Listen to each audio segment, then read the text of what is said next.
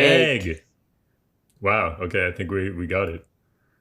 We synchronized the egging. Okay. Yeah. Okay. So what happened? So what was the topic of conversation that is forever lost in the Garfield sauce that you and your mate spoke about? Oh yeah. So me and my friend, we recorded like 2 hours yesterday. And we were talking about the new Legend of Zelda game and like gaming in general. But it kind of ended up just being like a discussion about like food. Hold on. Garfield has to go kill.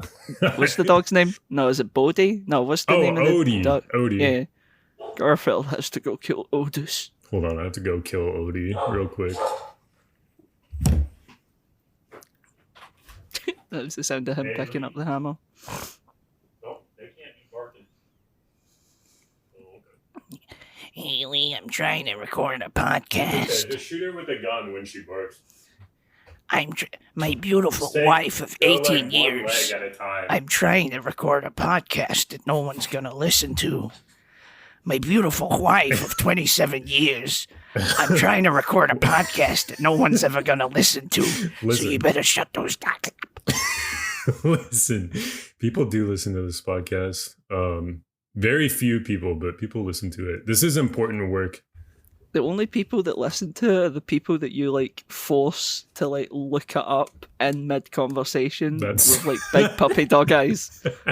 That's not like, true. It's like, what did you do over the weekend? It's like, oh, I recorded a podcast, and they're like, oh, okay, and you're like, yeah, it's the Garfield Economics podcast.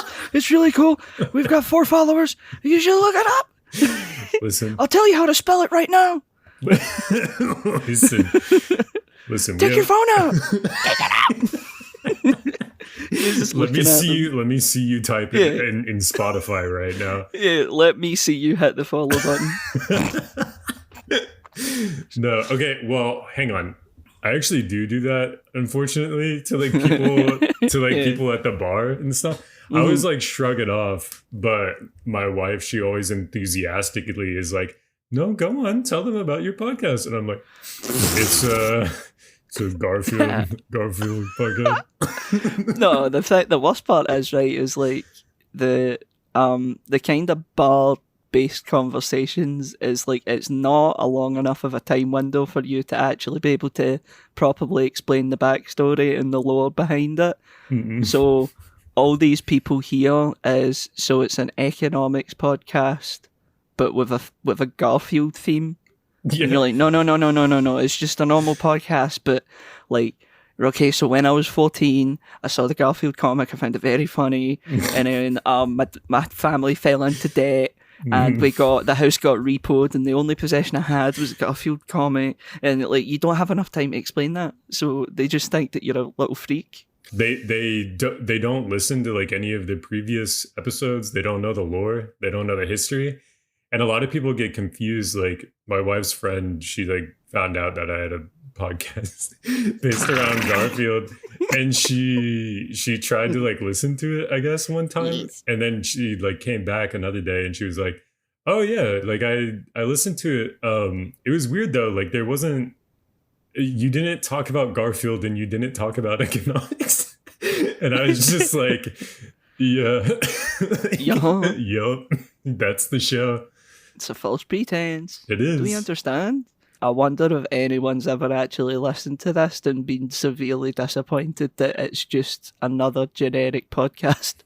I think my wife's friend, that's what she did. She like looked it up. She was like, oh, that sounds kind of interesting. And then she was like, what? It was just him and one of his friends talking for like 40 minutes about nothing.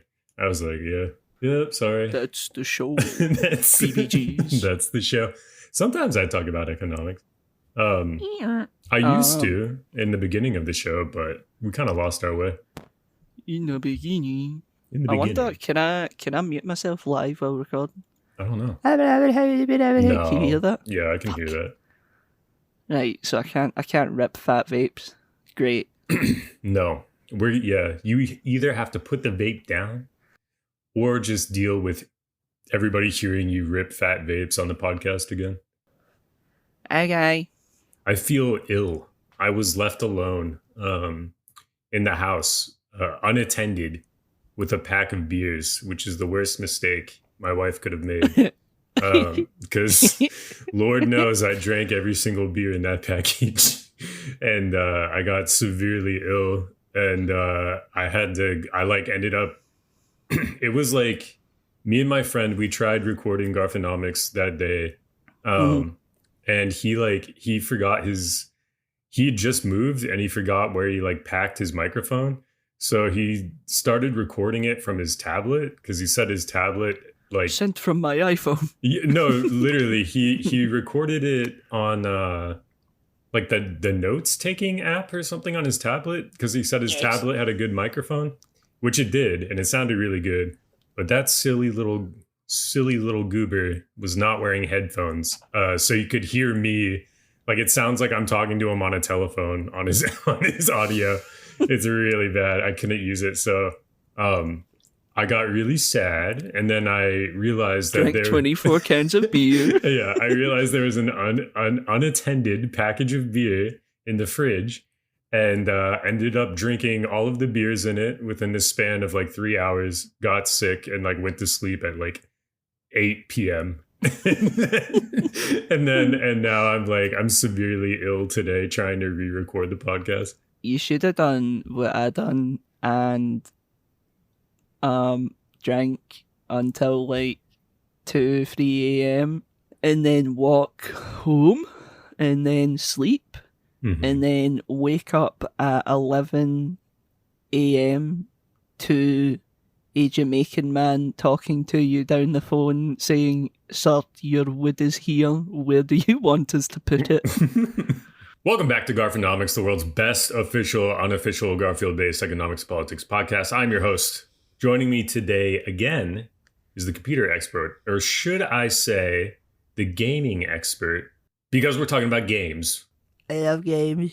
He loves video games. Actually, to be honest with you, I fell out of love with games recently. Me too. I always used to sit and wonder, I'd be like, Daddy, when I was a baby, you used to play PlayStation 2 and I would clap and squee as you played. Why don't you do that anymore, Daddy? Mm-hmm.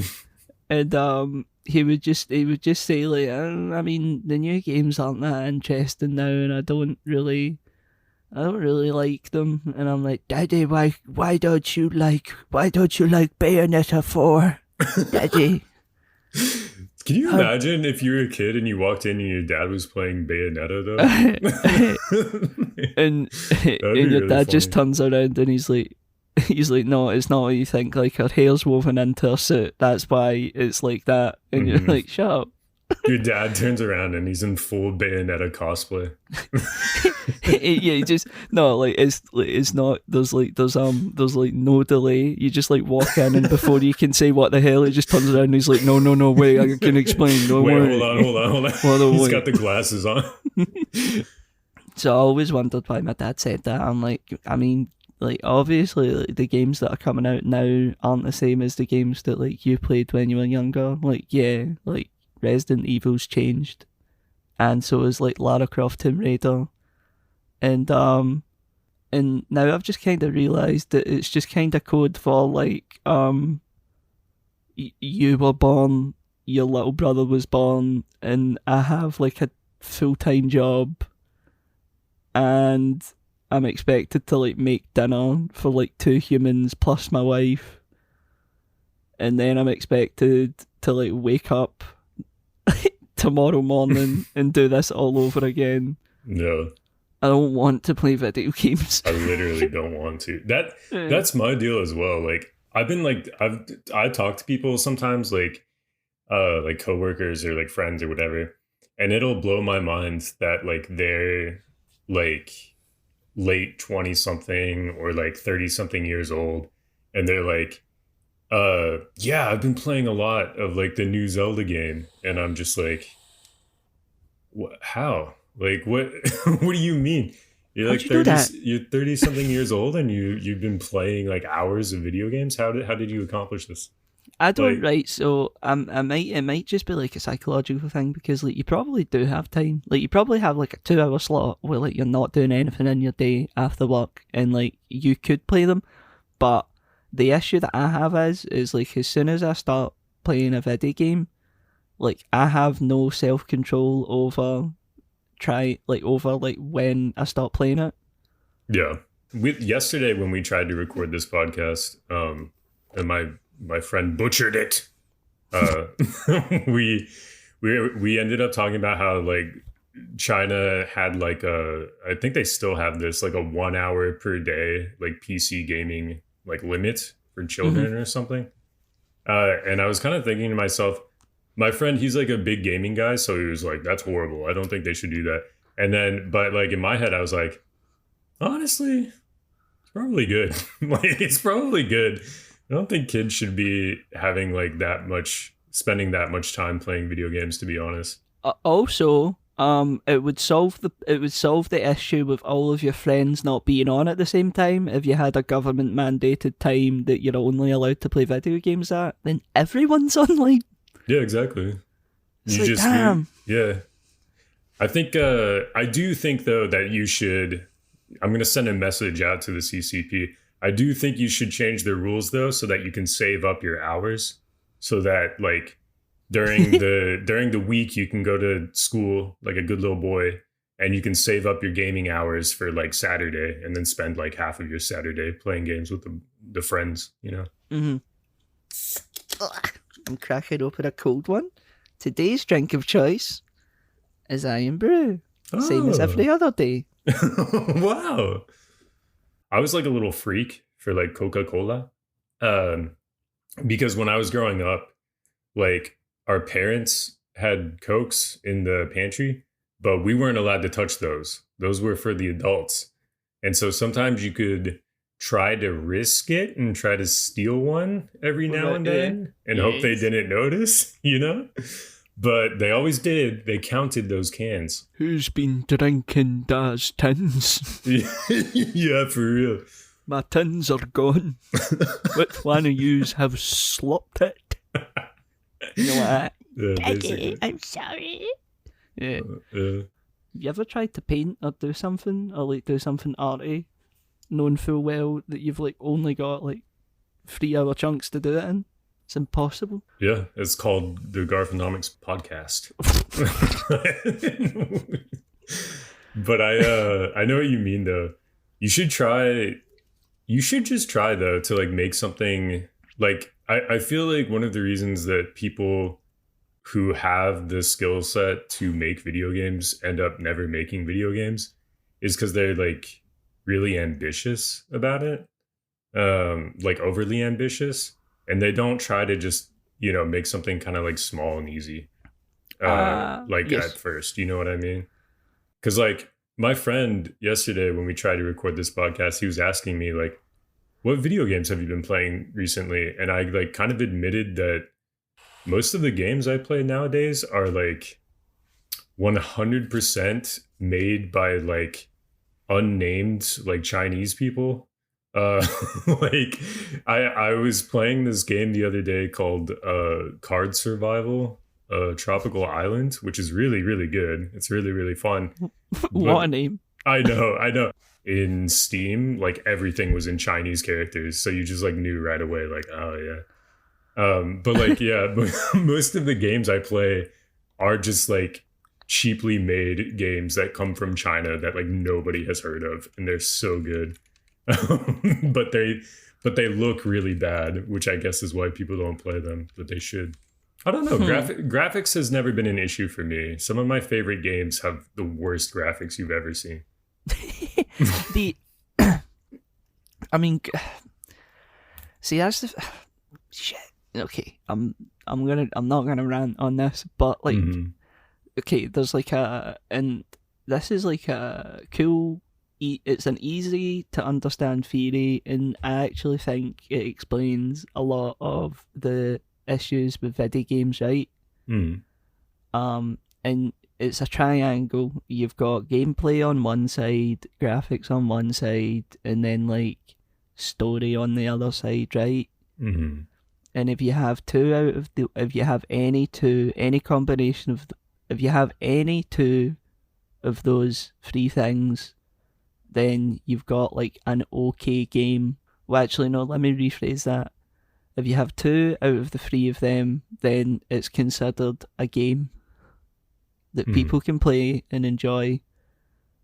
And if you have all 3 of them, then it's like grandiose and amazing.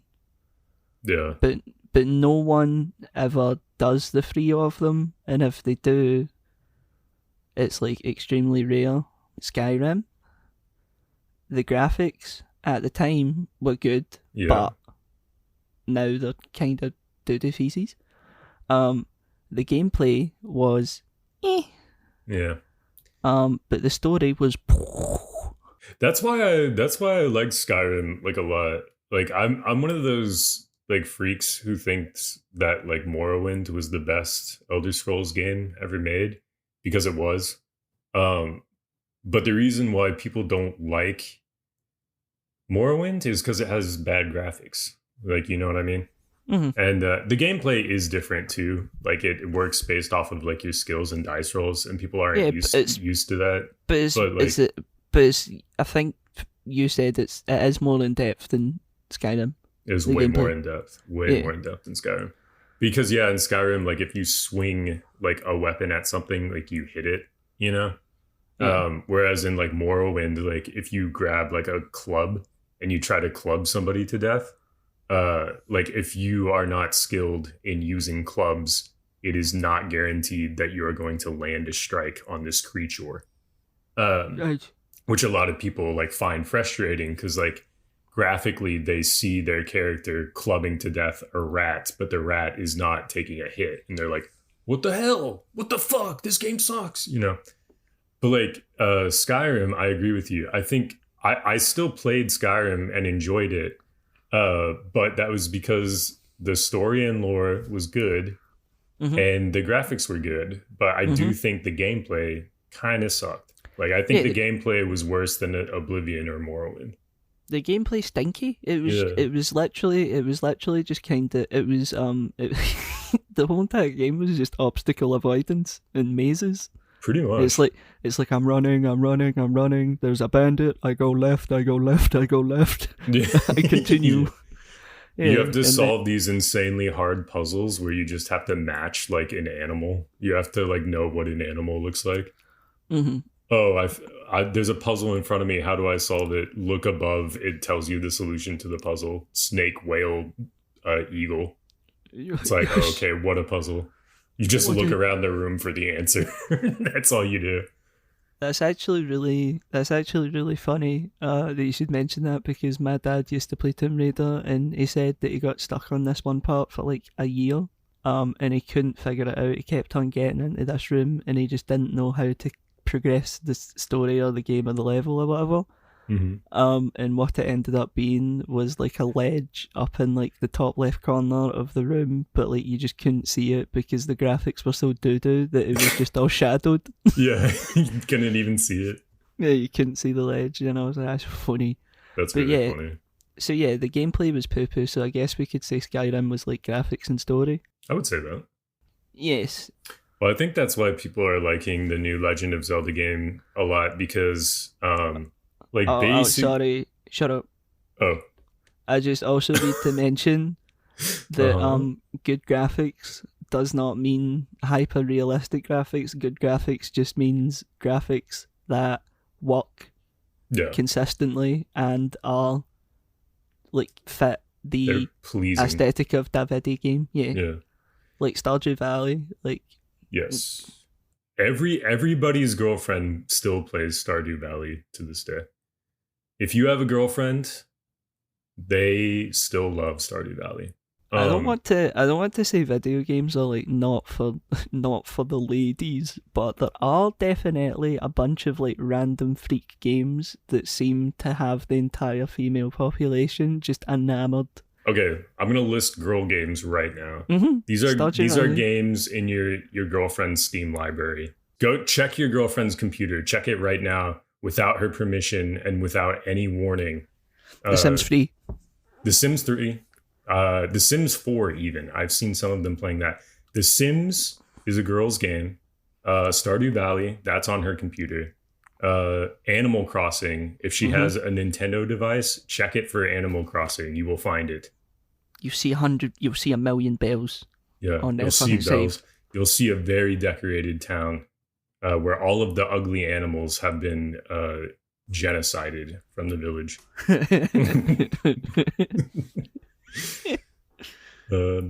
I don't want to say like casual games, but it's not casual games because the Sims 3 can get mad in depth.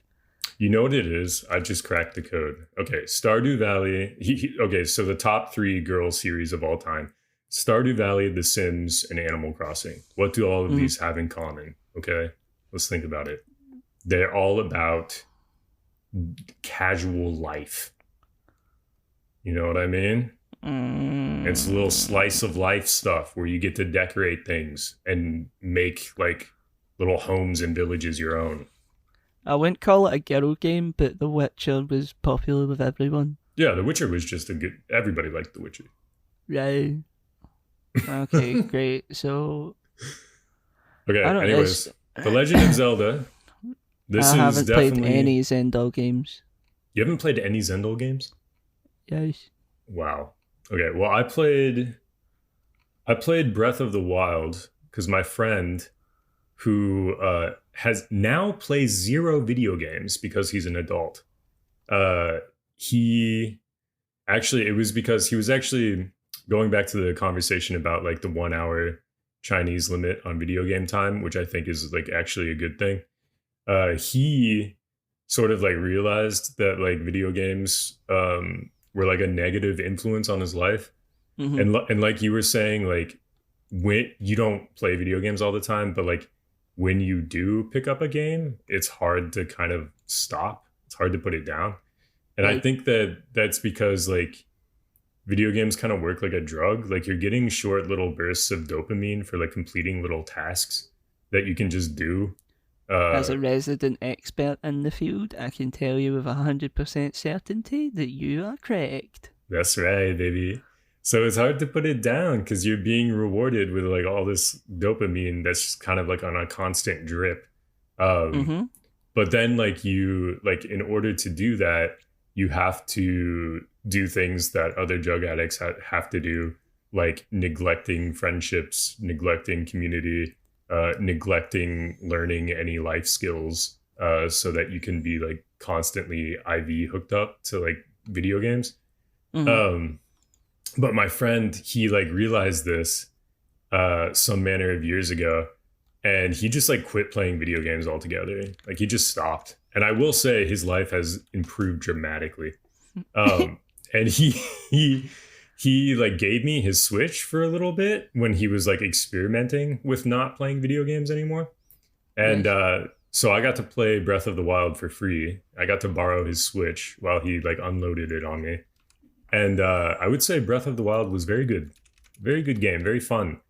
I have not played the new one, but I am going to give it a 7 out of 10.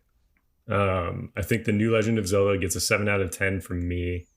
I know you haven't played it either, but what are you going to give it? Yes, gameplay, good, graphics, it fits, the aesthetic. The aesthetic is supposed to be pastel-y and kind of fantasy, and it works. And it's bright. There's a lot of bloom going on in these games. Story, I don't know. I heard the story was bad. Okay, 2 out of 3 on the triangle.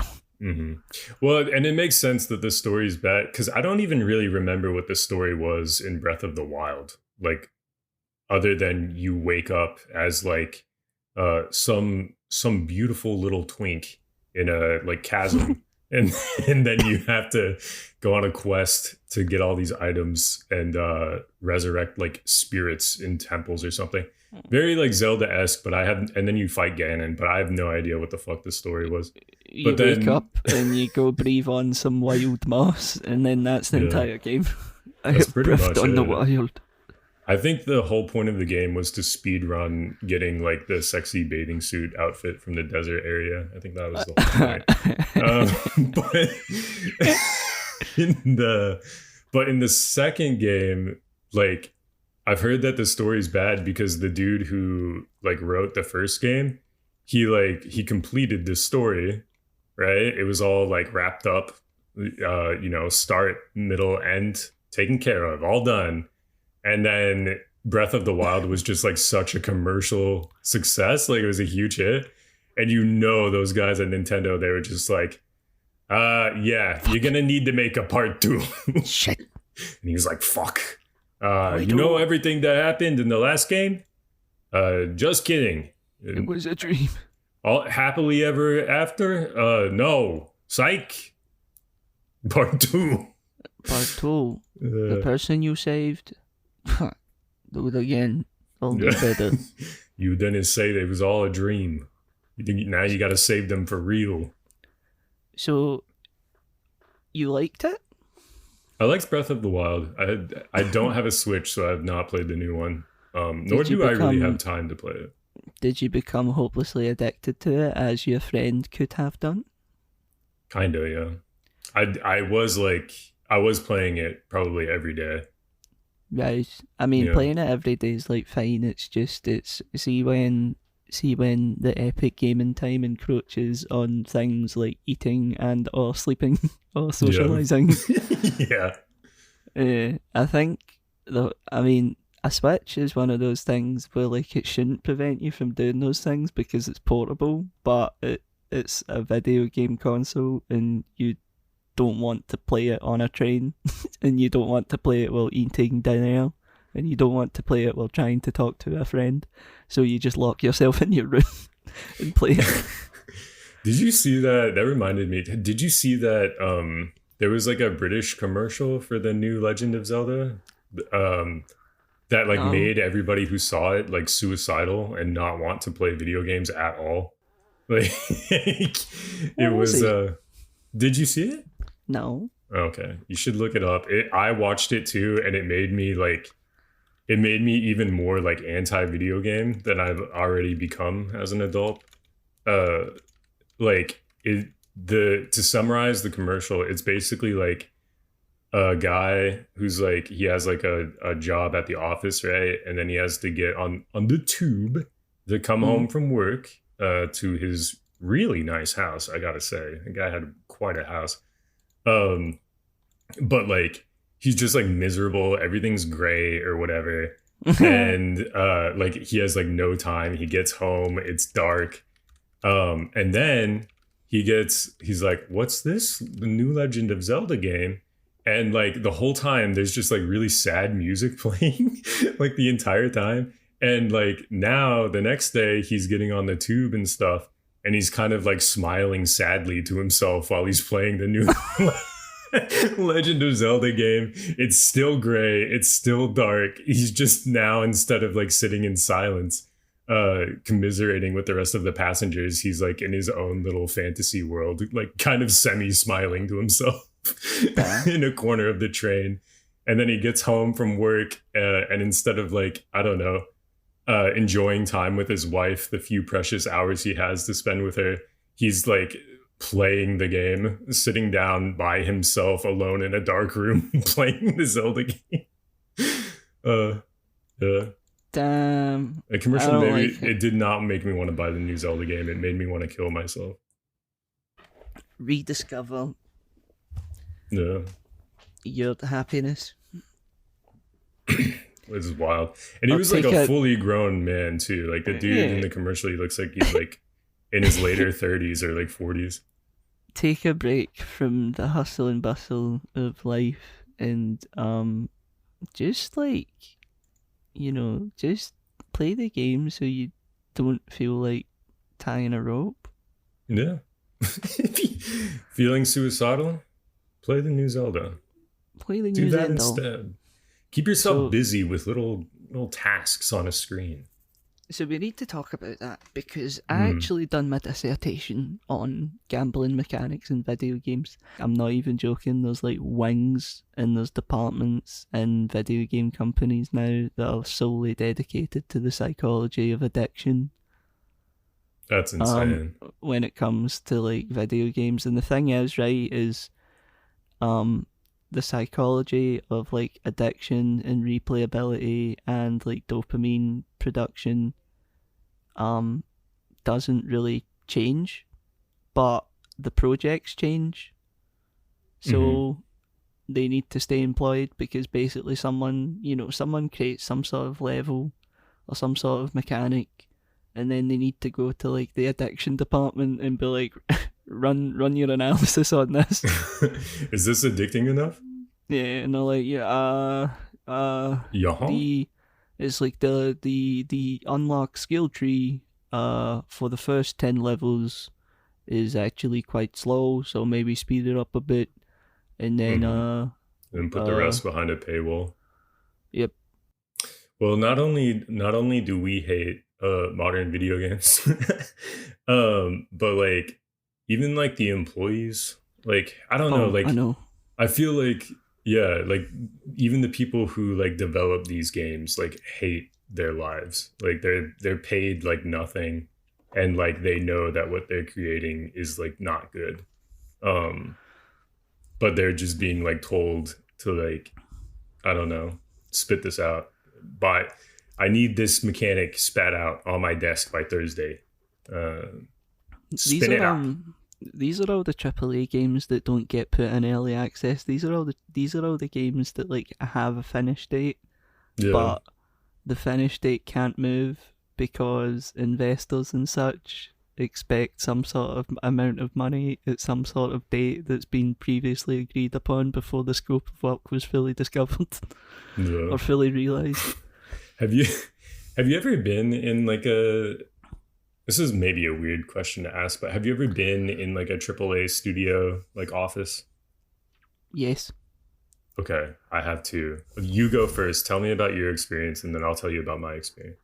It wasn't a AAA office. It was more like a C office. Okay. But they would get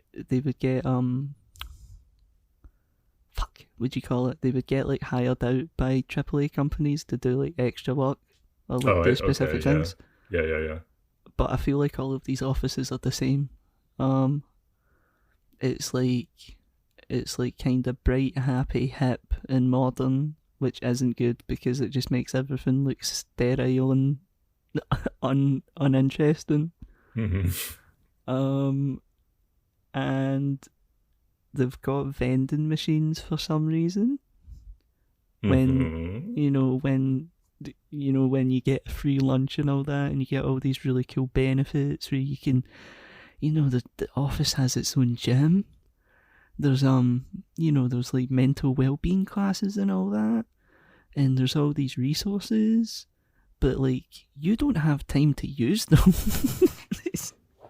Anyway, I don't want, like, I'm going to be honest with you, I can't actually remember my experience in this office, but it was really, it tainted my view, because I did want to be a developer, and then I was like, ew. Yeah. I think mine was similar. By the way, I had a gym at one of my jobs, and I actually used it. It was nice. Oh. Yeah, I missed that, actually. But like...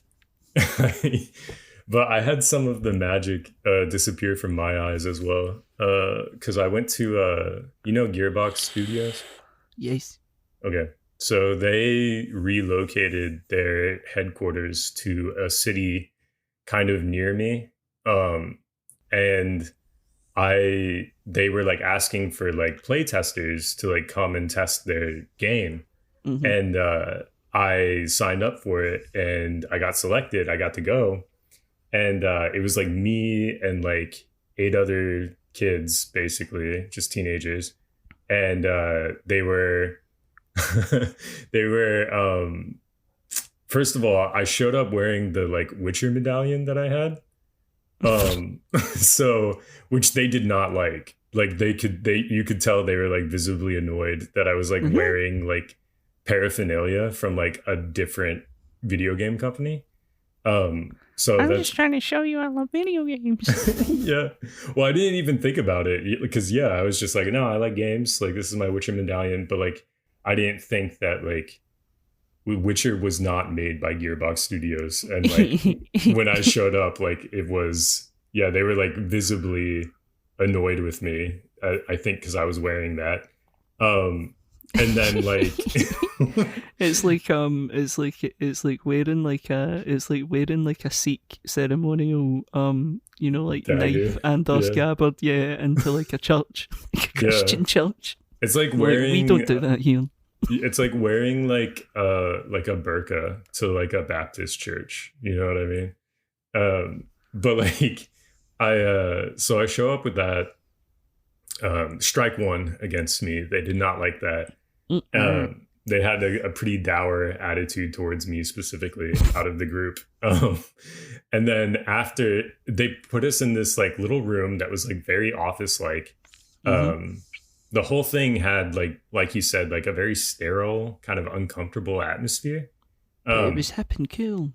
It was hip and cool in the sense that they were wearing t-shirts and jeans to work, but it felt very unfriendly. Like it very much felt like very officey, and very like, you are not allowed here or there or the other place, whatever, like very closed off. Don't talk to those people. Do not talk to those developers. Do not even look at them. And then they guided us into like a hushed little like room, like out of the way, and sat us down to these computers and had us test their game. And this is strike two, also kind of my fault. But we played the game, and what we did was we played like a level of the game over and over again, like continuously, for like a couple hours. And then we were taken to this like, officey meeting room, and we were told to like give feedback on the level. And I was this is also my bad because I was not familiar with this game. So I thought, I thought that what I was playtesting was like a new game that they were making, which was not the case.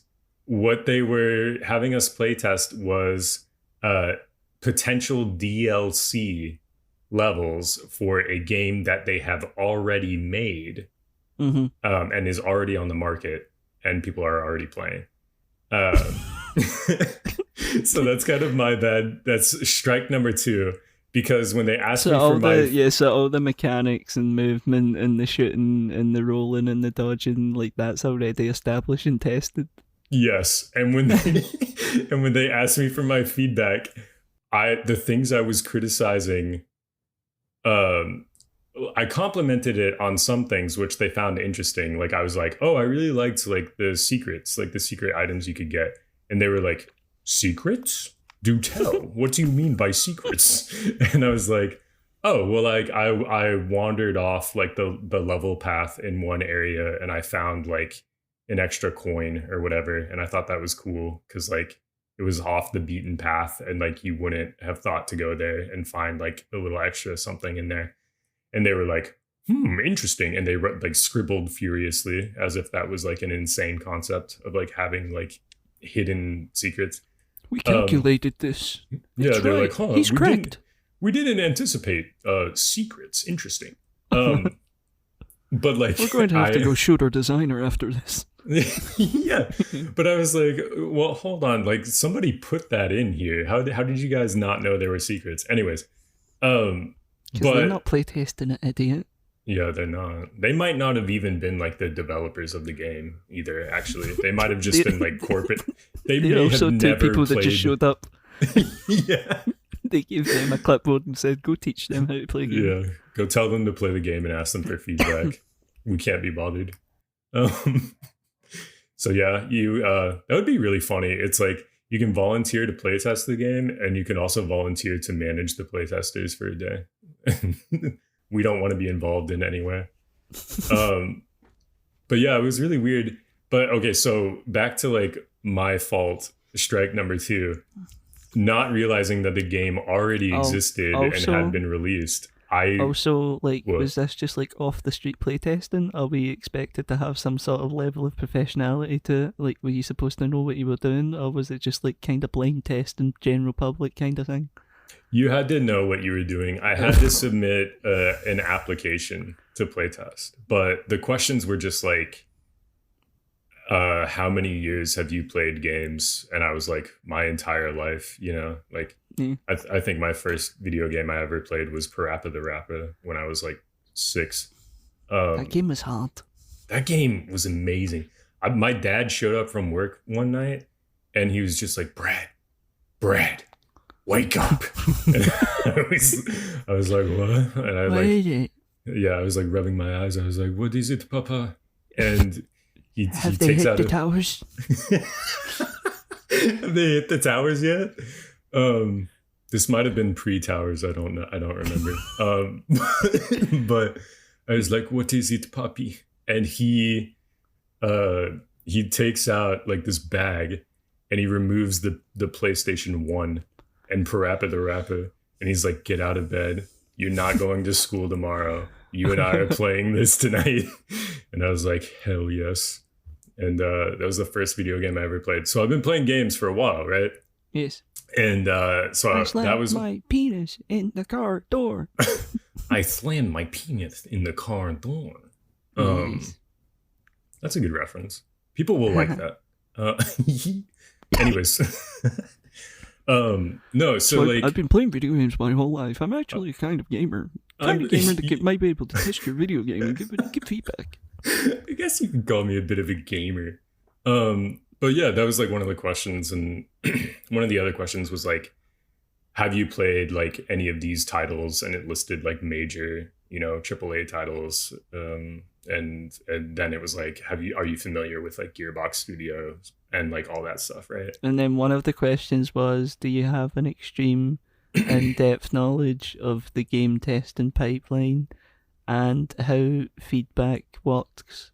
And it said yes, no, and you just ticked yes. Probably. And I think also my bad. I think one of the questions was, are you familiar with this game? And I just said yes, and I was not, because this again, going back to my point, my mistake number 2 during feedback, assuming that this game did not already exist and that I was playtesting a game to be released and not a DLC for it. I was criticizing core mechanics of the video game. I was like, yeah, I feel like the HUD is like a little cluttered. And they were like, what?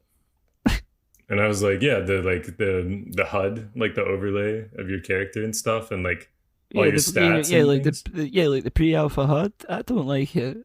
Yeah.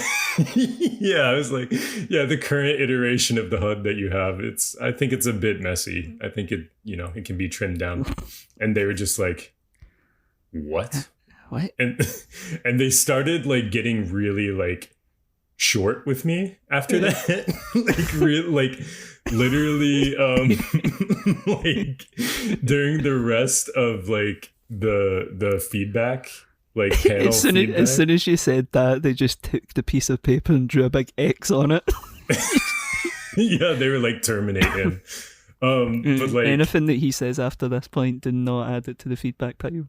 No, literally. Like what I was gonna say is that they like, after my initial like criticism, like feedback, after that, like the entire panel, like anytime I was gonna speak up or say something, they would redirect it to someone else or like cut me off.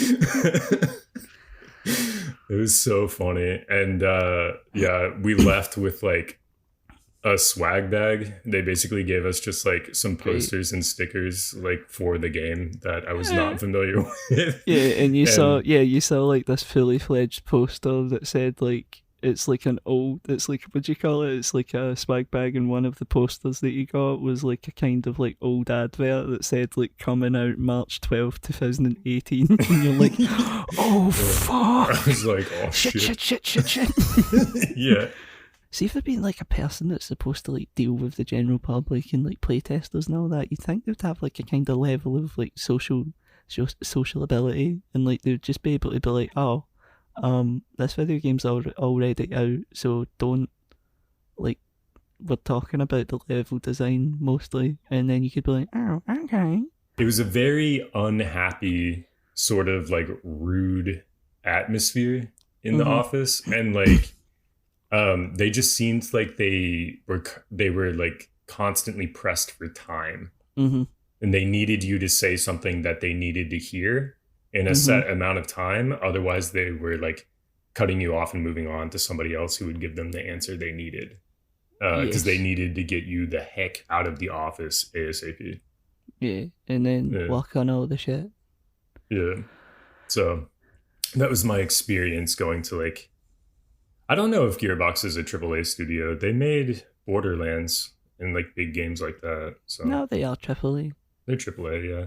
I think, I don't know how to explain it, but like the video game market is like bigger than anyone could ever imagine. It Yeah. spans borders, it's international, everything. It's like the biggest market ever, but it is so accessible and easy to understand Yes. to a general public that Yes. there's so much news about it and all that. It's like, and it's kind of interesting, which is why everyone knows so much about it. It's like it's the first time ever where like a large population of the world cares and knows what's going on inside inside a market, if you get what I mean. Like no one knows what's going on with banking because no one cares. But Right. video games, Right. No, I agree. That's a good point. I didn't think The about Japan that. part. It's like, what? Are you kidding me? They fired Konami? This is going to be detrimental to their shares. all that kind of stuff. Like that, That's I've true. I've heard nobody say stuff like that. Was just like, did you see Epic Games acquired? And I'm like, what? How do you know this? Yeah. It's because people, yeah, you're right. It's like people are tuned in to like the industry at an industry level as well. People who are like into like video games. Because that they understand like the direct effect that has on like the products that they're consuming. So that is interesting. I didn't think about that, but I was gonna say like more so like it's kind of like a good like petri dish to see what happens like in unfettered like capitalist systems, which as we're seeing is just like turning into monopolies with bad working conditions and kind of ruining the product that it's supposed to produce, which is sort of what we expected to happen. But I think that it's like that because regulatory bodies don't really regulate or legislate video games very well, because especially in the US, like all of our politicians are like decrepit. They're like on the verge of death. They're being like brought back from the void every morning by their assistant, uh, and like they have never played a video game in their life. Like they barely understand. They're barely familiar with the concept, let alone are they like legislating it in any way, like the industry. I've actually, you know what, that brings up a good point about government funded video games as opposed to just like having these products just be like these cultural products being like completely private. Like government funded video games, like I have played a number of government funded video games and they're all pretty good. Yeah. In my experience, they've been pretty good. I think what it is, and don't quote me on this, but I think government funded video games are like, it's like the easiest route to get a large chunk of money without any sort of like feedback or pushback when it comes to creative side of things. Mm-hmm. Because I feel like government bodies or like countries want to throw money at something to like make themselves come out in a good light. Well, like, I think look how amazing our country is. This funny little guy cracked out this thing and he lives here.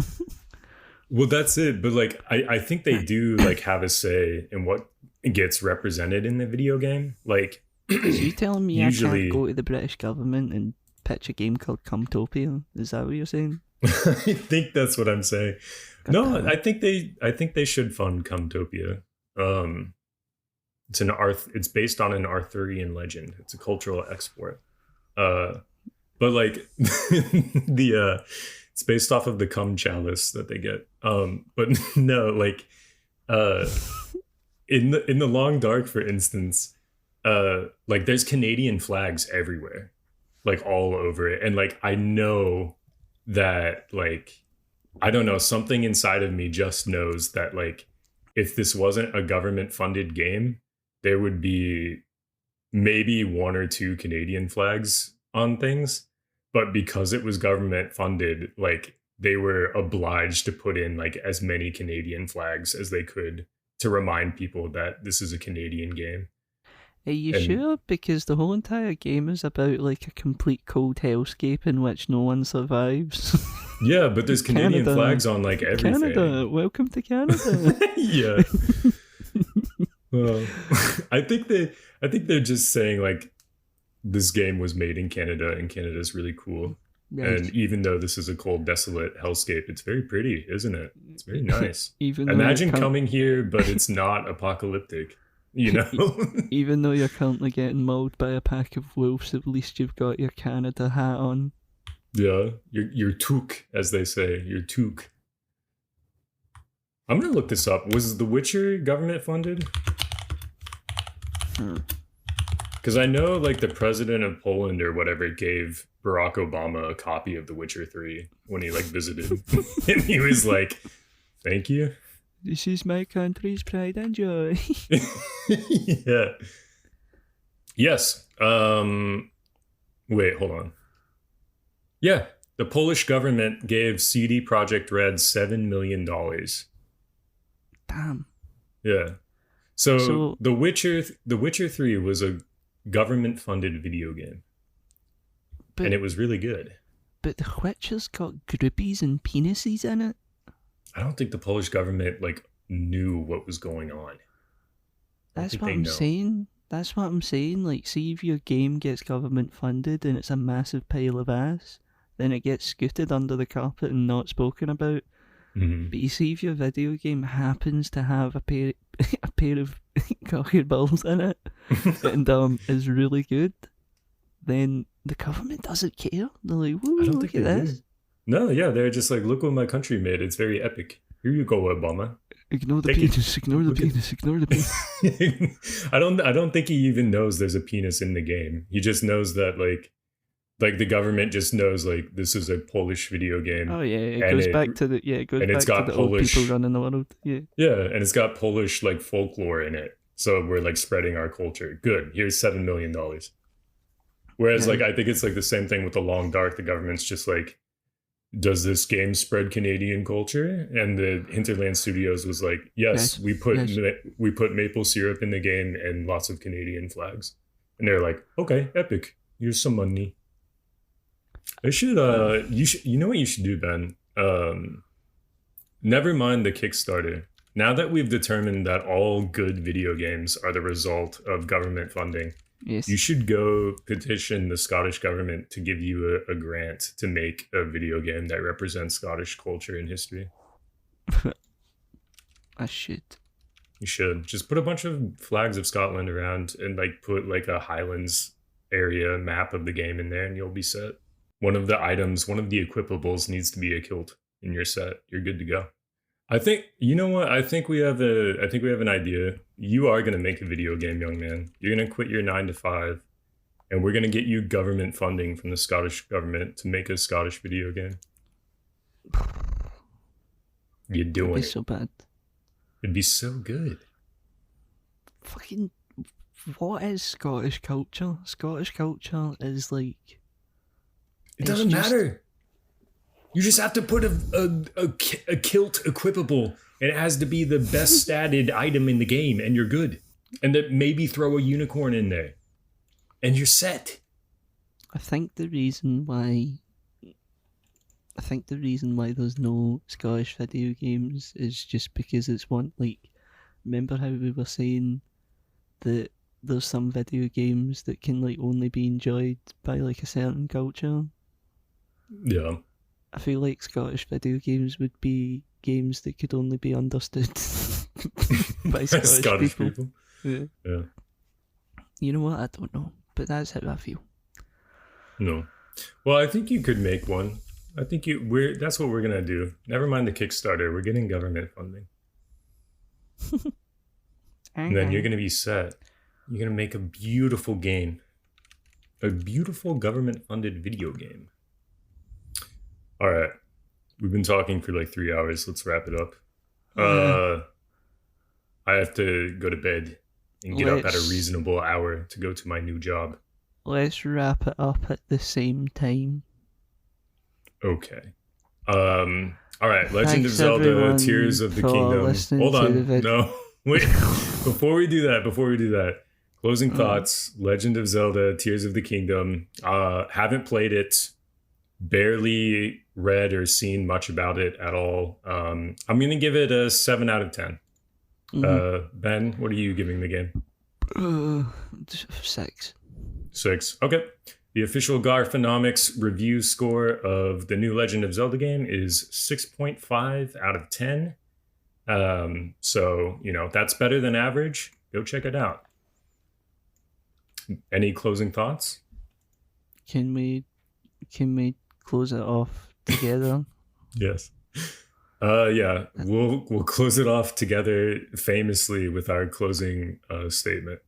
Thanks everyone for listening to the podcast. I hope your mom's wet and your dad's hard tonight. I hope your mom's wet, your dad's hard. Sorry, continue. No, that's it. And your dad's hard. I hope your dad's wet and your mum's hard. Okay, I'm ending it.